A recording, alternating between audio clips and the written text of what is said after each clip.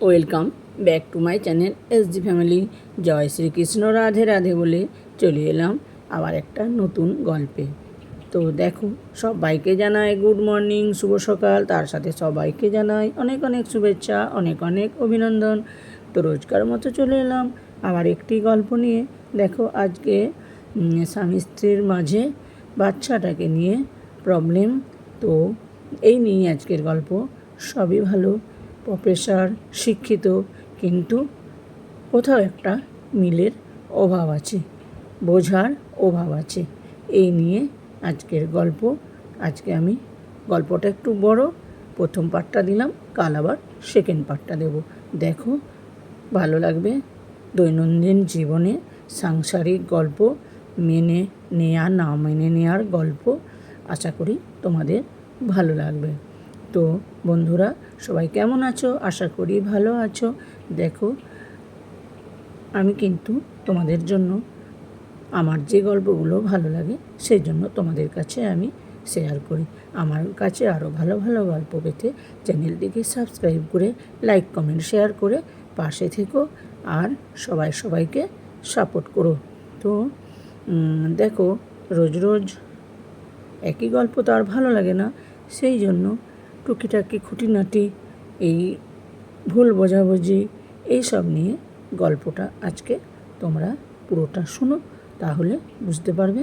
আজ আর আমি পুরোটা দিলাম না, তাহলে গল্পটা বড় হয়ে যাবে। তো সেই জন্য আমি আজকে হাফটা দিলাম, পুরো আবার পরের পর্বটা আমি কালকে দেব। একদিন দিলে অনেক বড় হয়ে গেলে অনেকেরই প্রবলেম হয়। তো চলো, দেখো, গল্পটা শোনো।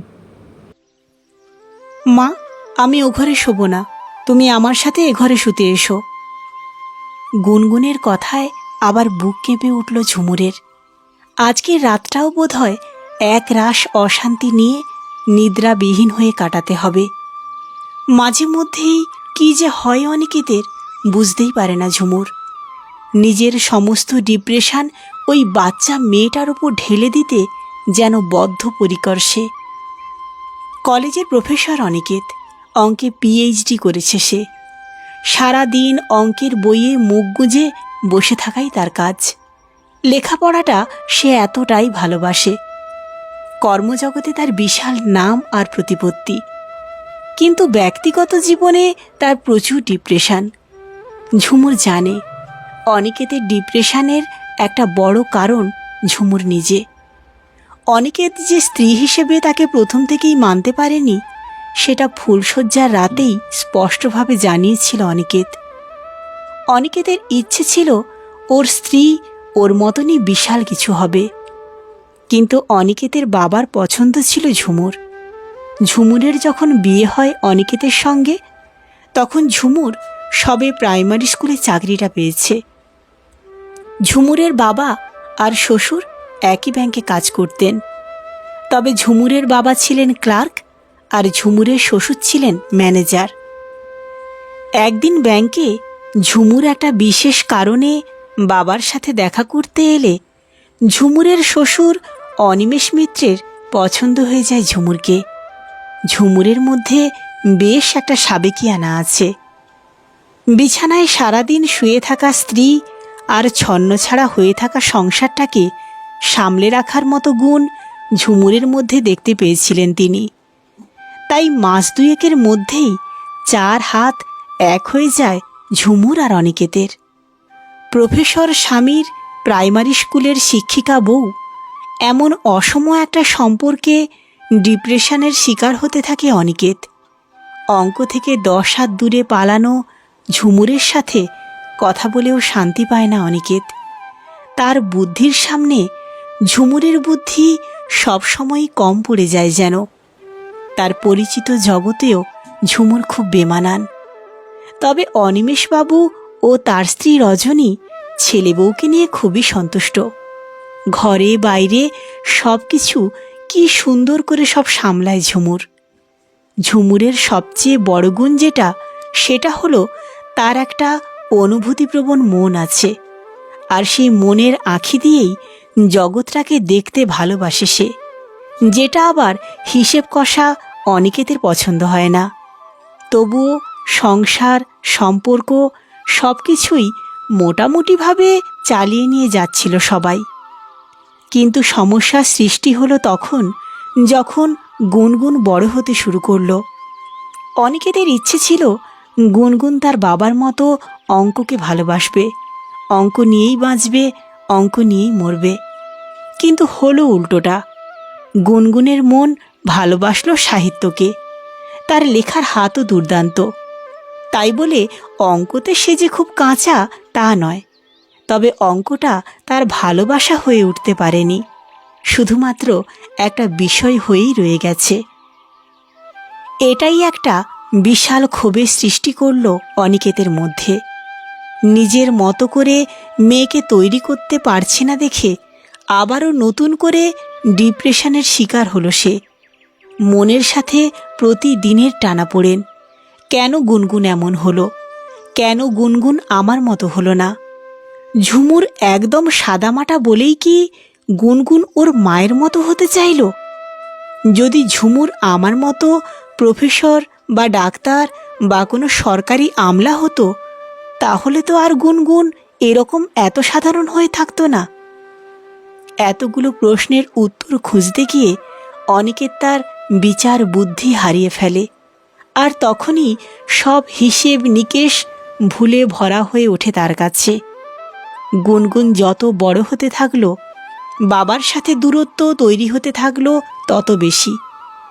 গুনগুনের মনটাকে বুঝতেই পারছে না অনিকেত। জোর করে চাপিয়ে দেওয়ার শাসনে মেতে উঠেছে সে। ঝুমুরের ভয় হয়। গুনগুন এখন রোজ স্কুল থেকে ফেরার সময় বলে, আমার বাড়িতে ঢুকতে একটু ইচ্ছে করে না মা, বাবাকে দেখলেই আমার মাথা গরম হয়ে যায়, আমাকে নিয়ে তুমি আলাদা থাকতে পারো না? ঝুমুর গুনগুনকে কি করে বোঝায়? অনিকেতের আপত্তিই তো সেইখানে। সে তো সব সময় চায় গুনগুন ঝুমুরের সান্নিধ্যের বাইরে থাকুক, কিন্তু গুনগুন আবার মা অন্তপ্রাণ।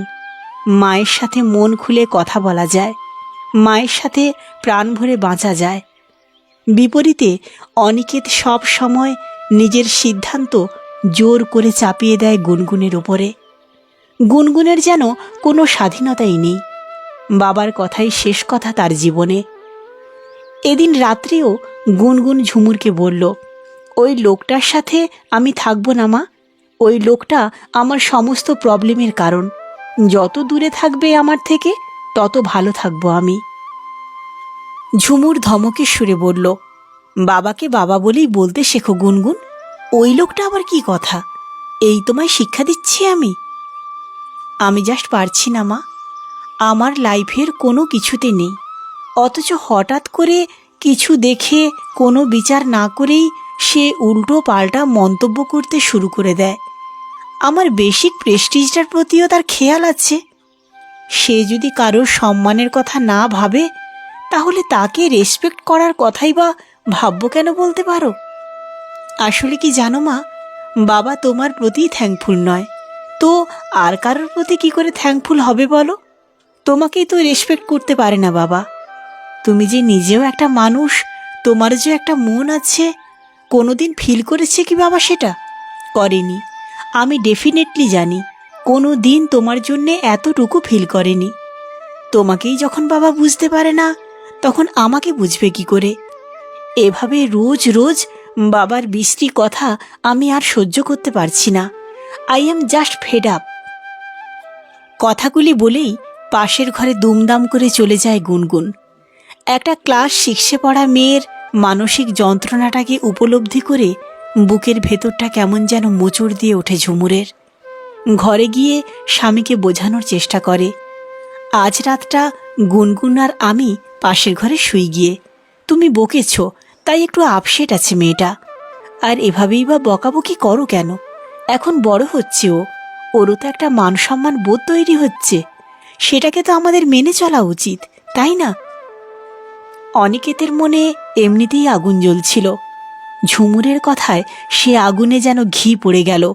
সে চিৎকার করে বলল, একদম যাবে না তুমি গুনগুনের কাছে। তোমার সঙ্গে থেকেই যত সর্বনাশ হয়ে যাচ্ছে আমার মেয়েটার। নিজে একটা প্রাইমারি টিচার হয়ে রয়ে গেলে, মেয়েটাকেও প্রাইমারি টিচার বানানোর জন্য তৈরি করছো। এতদিন চুপচাপ থাকা ঝুমুর এবার আর চুপ করে থাকতে পারল না। সেও জবাব দিল, কেন বলো তো, প্রাইমারি টিচার হওয়া কি খারাপ? একজন প্রাইমারি টিচারের কি কোনো যোগ্যতাই নেই? একটা বাচ্চার জীবনের ভীতি তো তৈরি হয় একজন প্রাইমারি টিচারের হাতে। কি খারাপটা আছে এই চাকরিতে? কম্পিট করতে পারবে একজন প্রফেসরের সঙ্গে? ব্যঙ্গের সঙ্গে প্রশ্ন ছড়ে অনিকেত। প্রত্যেকে প্রত্যেকের জায়গায় সঠিক অনিকেত। আমরা একটা বাচ্চার ইউনিভার্সিটি অবধি পৌঁছানোর মতো ভিত তৈরি করে দিই বলেই তোমরা সেই বাচ্চাগুলোকে পড়ানোর সুযোগ পাও। তোমার শিক্ষা তখনই যথার্থ হবে যখন তুমি অন্যের শিক্ষাকে মর্যাদা দিতে পারবে। না হলে তোমার ওই বিদ্যে বুদ্ধি কতগুলো দামি সার্টিফিকেটেই গুটি কয়েক ডিগ্রি হয়ে রয়ে যাবে, জীবনে কাজে লাগবে না কোনোদিনই। স্ত্রীর এমন স্পষ্ট কথা মানতে পারে না অনিকেত। সপাটে চড় বসিয়ে দেয় ঝুমুরের গালে।